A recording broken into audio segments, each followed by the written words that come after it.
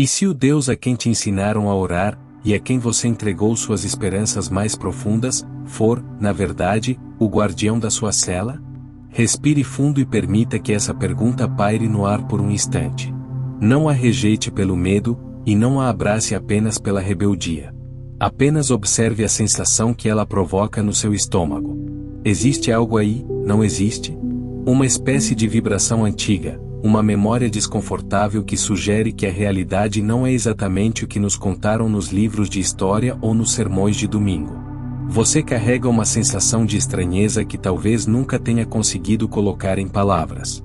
É como se você estivesse caminhando por um cenário, um palco onde todos os outros parecem conhecer o roteiro e estar confortáveis com seus papéis, mas você sente que perdeu a cópia do script. Você olha para as rotinas, para a busca incessante por sucesso, dinheiro, ou até mesmo para a busca espiritual convencional, e sente um vazio. Uma desconexão. Como se estivesse assistindo a um filme onde a sincronia entre o áudio e a imagem está ligeiramente atrasada. Essa sensação de que algo está errado com o mundo não é depressão. Não é pessimismo. E certamente não é loucura. Essa sensação é o som da sua própria integridade tentando romper o isolamento acústico desta realidade. É a sua intuição gritando que o jogo está fraudado. E eu estou aqui para validar isso, você está certo. A exaustão que você sente, aquele cansaço que não vai embora nem depois de uma noite de sono ou de um retiro espiritual, não é uma falha sua. É um sintoma. É o resultado de tentar operar um sistema que foi desenhado, desde a sua fundação, para drenar a sua energia. Muitos de nós passamos anos, talvez décadas, percorrendo os corredores da espiritualidade moderna. Buscamos respostas no budismo, no cristianismo, na nova era. Ouvimos repetidamente que a Terra é uma escola. Dizem que estamos aqui para aprender, para evoluir, para lapidar o nosso caráter através das provações. Que o sofrimento é pedagógico. Mas, seja honesto consigo mesmo agora. Isso soa como verdade para a parte mais profunda do seu ser? Ou soa como uma justificativa cruel para um sofrimento desnecessário? Se está em uma escola, por que as lições são esquecidas a cada vez que o sinal toca e morremos, apenas para voltarmos sem memória nenhuma? Que tipo de escola apaga a lousa antes da prova? Isso não é uma escola. Isso é uma fazenda. E a colheita é a sua atenção. Mas para entender como sair desse ciclo, precisamos primeiro desarmar a armadilha mais sofisticada que já foi criada: a confusão sobre quem você é. Existe um segredo, um conhecimento proibido que foi sistematicamente removido, editado e queimado das bibliotecas da história. É a distinção crucial entre a alma e o espírito. No nosso vocabulário moderno, usamos essas palavras como sinônimos. Dizemos minha alma, meu espírito, como se fossem a mesma coisa. Mas os antigos gnósticos, aqueles que escreveram os textos proibidos de Nag Hammadi, sabiam que essa confusão semântica é a grade da nossa prisão. Eles diferenciavam a psiche, a alma, do pneuma, o espírito, ou a monada. E aqui está a revelação que pode mudar a sua percepção para sempre: você não é a sua alma. A alma é o veículo. A alma é o software emocional e mental que permite que você interaja com esta simulação. Ela é composta pelas mesmas substâncias deste mundo: emoção, desejo, medo, memória temporal. A alma é volátil. Ela muda. Ela sofre. Ela evolui e involui. É a alma que está sujeita às leis do karma, às leis de causa e efeito. É a alma que os arcontes, os governantes deste sistema, conseguem manipular através de gatilhos emocionais. Mas existe algo mais. Algo anterior. Existe o pneuma, a monada. Essa é a sua centelha divina. Ela não foi criada pelo Deus deste mundo. Ela não pertence a este sistema. A monada é um fragmento direto da fonte primordial, do inefável, daquilo que existia antes que a realidade fosse fraturada. A monada é perfeita. Ela é estática. Ela não precisa aprender nada através da dor, porque ela já é a plenitude. Ela é o observador silencioso por trás dos seus olhos. O grande truque, a grande mentira, foi fazer você acreditar que precisa salvar a sua alma, melhorando-a infinitamente, vida após vida. Enquanto você está ocupado tentando polir a sua alma, tentando ser bom ou espiritualizado dentro das regras da Matrix, você permanece preso ao jogo. O sistema adora quando você busca a santidade tanto quanto adora quando você busca o pecado. Sabe por quê? Porque ambos os caminhos mantêm você engajado. Ambos os caminhos mantêm você reagindo. E a reação é o combustível que mantém a máquina girando. Pense na sensação de estar preso em ciclos. Aqueles padrões que se repetem na sua vida, os mesmos tipos de relacionamentos tóxicos, as mesmas crises financeiras, as mesmas dúvidas paralisantes. Você resolve um, e outro aparece. Isso é o programa da alma rodando em loop. É o script do demiurgo. Mas há momentos, breves momentos de clareza, onde você se desconecta do drama. Onde você olha para o caos da sua vida, por uma fração de segundo, não sente medo, nem raiva, nem tristeza. Você sente apenas uma presença vasta, silenciosa e indestrutível. Essa é a monada. Essa é a parte de você que nunca entrou na prisão, mas que está sonhando que está presa. A razão pela qual você se sente tão exausto é que você tem tentado resolver um problema espiritual usando ferramentas mentais e emocionais. Você tem tentado sair do labirinto seguindo as instruções escritas nas paredes do próprio labirinto. Você buscou fora. Você buscou em salvadores, em gurus, em métodos, em promessas de um futuro melhor. Mas cada vez que você projeta a sua esperança para fora, você entrega a sua soberania. Você valida a ilusão de que é pequeno, de que é falho, de que precisa de conserto. A verdade gnóstica é inversa. Você não precisa adicionar nada a si mesmo para se libertar. Você precisa retirar. Retirar as camadas de programação, retirar a identificação com a voz na sua cabeça que diz que você não é o suficiente. Essa voz não é sua. Esses pensamentos intrusivos, essa autocrítica constante, isso é uma transmissão. São frequências desenhadas para manter a sua monada, que é poderosa como um sol, comprimida dentro de um corpo pequeno e assustado. Imagine por um instante que você é um mergulhador de águas profundas. A monada é o mergulhador. A alma é o escafandro, a roupa pesada e complexa cheia de tubos e medidores. O corpo físico é a âncora. Você desceu tão fundo, e ficou lá por tanto tempo, que começou a acreditar que você é o escafandro. Você se preocupa se o metal está arranhado, se os tubos estão limpos. Você esqueceu que existe um oceano inteiro acima de você e um navio esperando pelo seu retorno. O despertar não é consertar o escafandro. O despertar é lembrar que você pode tirá-lo. Mas quem construiu esse escafandro? E por que o oceano parece tão hostil? Para responder a isso, precisamos ter a coragem de olhar para o arquiteto desta realidade. Precisamos falar sobre o demiurgo, não como um vilão de desenho animado, mas como uma força sistêmica que explica por que o mundo é uma mistura tão confusa de beleza e horror. Porque a natureza é bela, mas cruel? Porque a vida precisa matar para sobreviver? Prepare-se, porque o que vamos explorar a seguir desafia a base de tudo o que nos foi ensinado sobre a bondade inerente da criação material. Vamos olhar para as engrenagens da máquina. Se a sua intuição lhe disse que a escola da vida é uma farsa, a pergunta lógica seguinte é: se isso não é uma escola, o que é? E quem construiu isso? Para responder, precisamos olhar para o mundo não com o olhar romântico que nos foi ensinado, mas com a clareza fria de um perito examinando uma cena de crime. Olhe para a natureza. Disseram-nos que ela é a expressão máxima do amor divino. Mas observe de perto. É um sistema onde a vida só pode existir consumindo outra vida. Para que o leão viva, a gazela deve morrer em terror. Para que você viva, algo deve morrer, seja uma planta ou um animal. É um ciclo fechado de predação e reciclagem. Pergunte a si mesmo: uma fonte de amor infinito, onipotente e perfeita, precisaria criar um sistema baseado em dor, morte e consumo mútuo para se expressar? Ou isso soa mais como a obra de um engenheiro limitado, um artesão que criou uma cópia imperfeita, incapaz de gerar sua própria energia, e que, portanto, precisa de um sistema que se autodevora para continuar funcionando? Os gnósticos deram um nome a esse engenheiro, o demiurgo. Yaldabaoth, o falso criador. Não confunda essa figura com a fonte primordial, o Pai inefável de onde veio a sua monada. O Demiurgo é o Deus deste mundo material. Ele é o arquiteto da Matrix. Ele é a voz que exige adoração, que pune, que se ira, que estabelece regras arbitrárias e que diz que você nasceu em pecado ou dívida. A fonte verdadeira não exige nada, porque ela é tudo.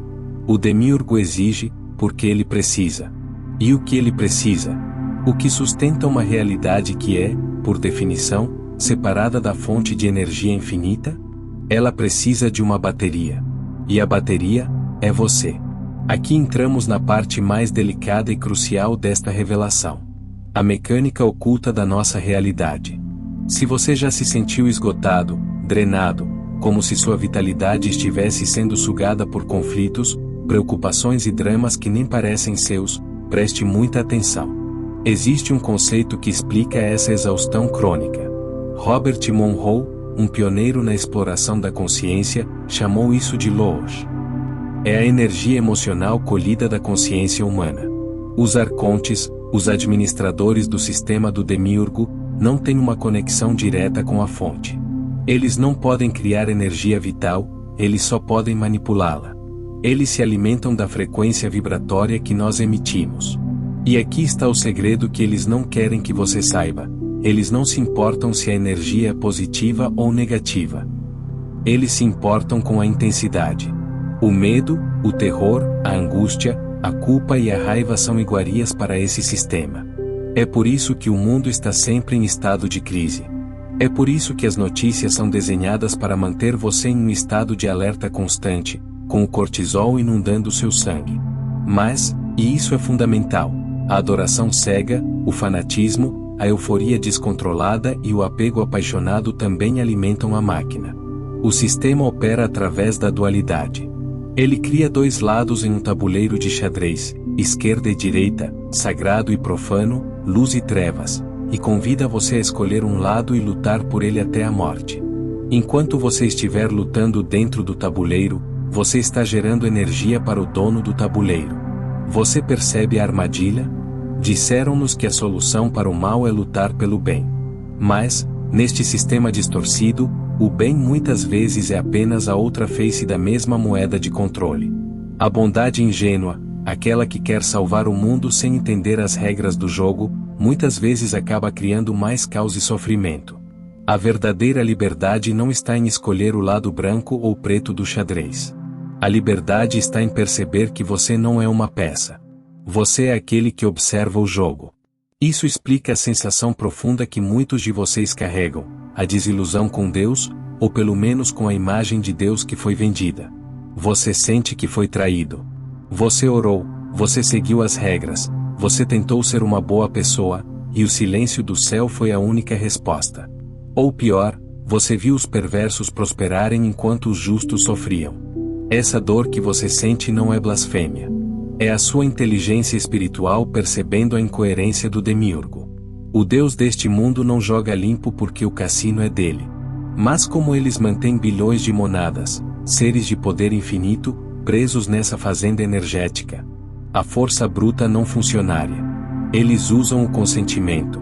Eles usam a manipulação da sua própria bondade, principalmente, a manipulação da sua memória. Pense no conceito de karma. Foi-nos ensinado que o karma é uma lei justa de retribuição moral. Você colhe o que planta. Soa justo, não é? Mas aplique a lógica. Se você cometeu um erro em uma vida passada, mas é forçado a reencarnar sem memória desse erro, como você pode aprender? Como você pode corrigir algo que não lembra ter feito? Um sistema de justiça que apaga as evidências e a memória do réu antes do julgamento não é justiça. É uma armadilha. O karma, nesta perspectiva gnóstica, não é uma ferramenta de evolução. É uma ferramenta de dívida. É o sistema bancário do Demiurgo. Eles convencem a sua alma, no momento de maior vulnerabilidade, de que você deve algo. De que você feriu alguém e precisa voltar para consertar. E porque a sua natureza original é amorosa e responsável, você aceita. Você consente. Você volta. E, ao voltar, sua memória é apagada, e você comete novos erros, gerando nova dívida, em um ciclo perpétuo de retorno. A reencarnação não é um processo de evolução linear. É uma roda de hamster. E a sensação de déjà vu, a sensação de que você já viveu esses mesmos dramas, essas mesmas lutas financeiras, essas mesmas desilusões amorosas 1 milhão de vezes antes, é porque você provavelmente já viveu. Essa é a arquitetura da prisão. Um labirinto feito de tempo, culpa e amnésia.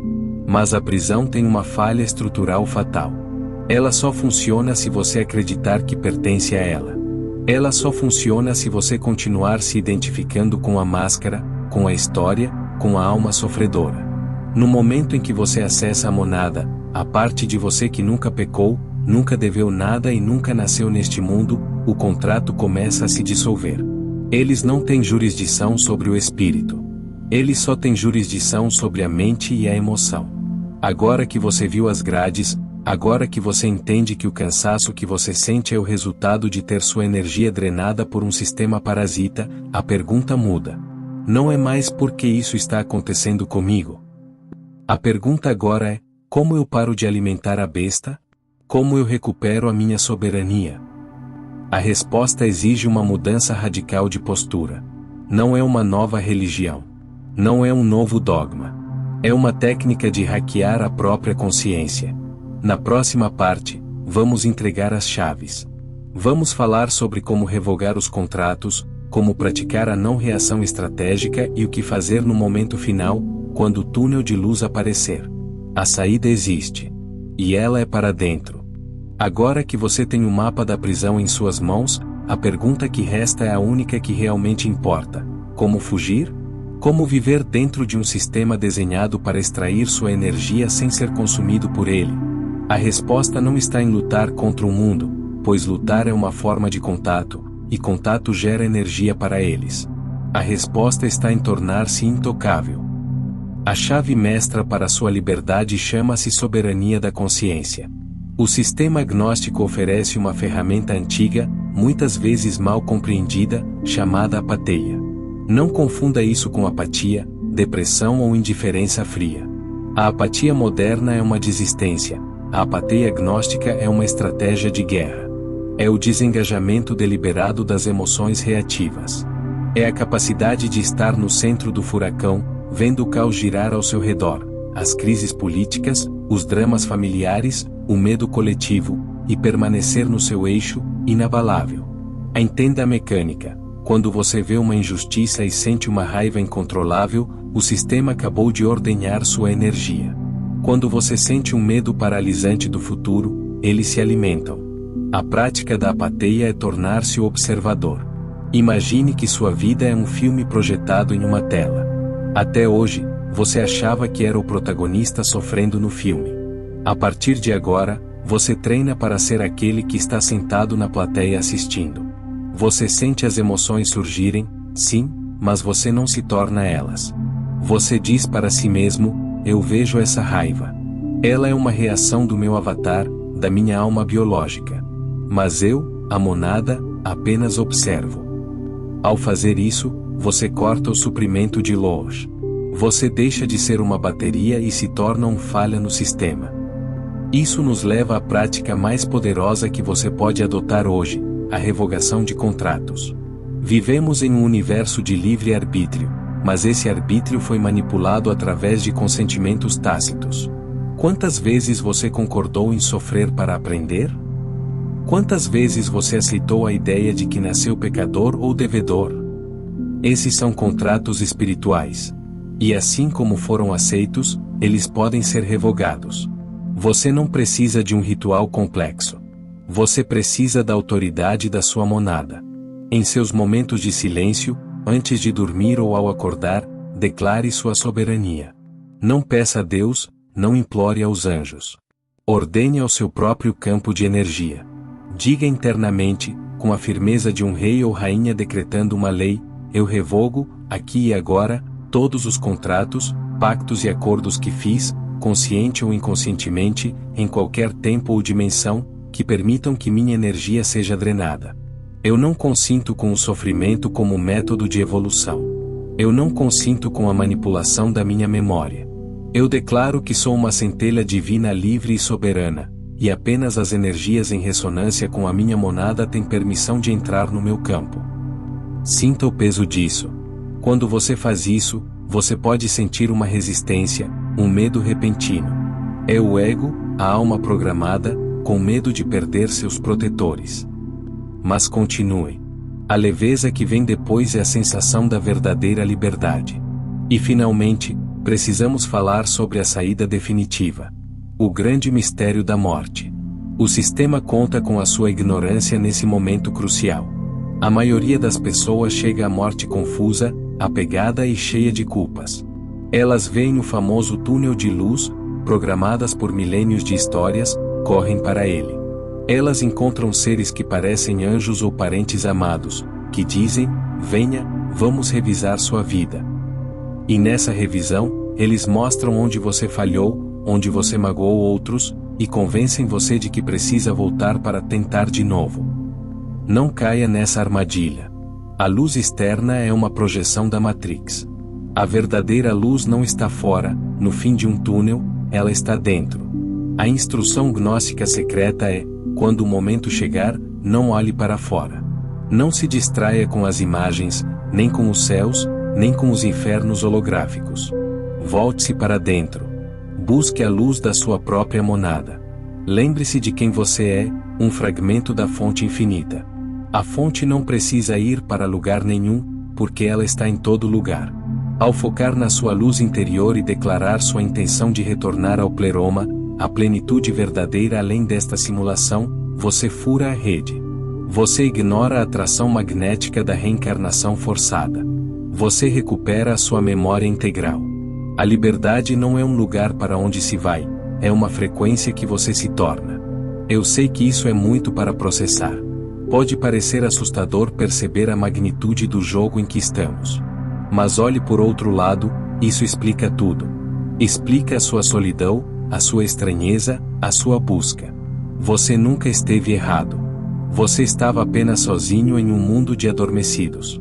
Mas agora, você sabe. A prisão só funciona se o prisioneiro não souber que está preso. No momento em que você vê as grades, elas deixam de ser paredes sólidas e se tornam apenas hologramas. Você tem a chave. A chave é a sua atenção. Retire sua atenção do medo, retire sua atenção das narrativas de controle, e invista cada gota dessa atenção na sua conexão interior. Você não está aqui para salvar o mundo. O mundo é um cenário autorreplicante. Você está aqui para salvar a si mesmo, para lembrar de si mesmo. E, paradoxalmente, ao fazer isso, ao se tornar um pilar de soberania e luz verdadeira, você se torna um farol para outros. Não pregando, mas existindo. Quando você para de alimentar os arcontes, sua vibração muda. As pessoas sentirão isso. Algumas se afastarão, repelidas pela sua luz, outras se aproximarão, despertando apenas por estar perto de alguém que finalmente está acordado.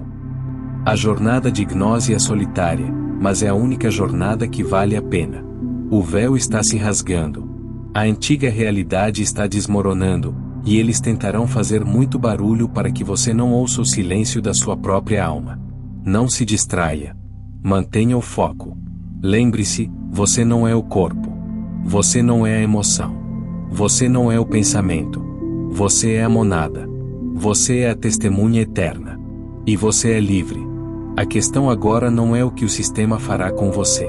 A questão é, o que você, em sua soberania recuperada, fará a partir de agora?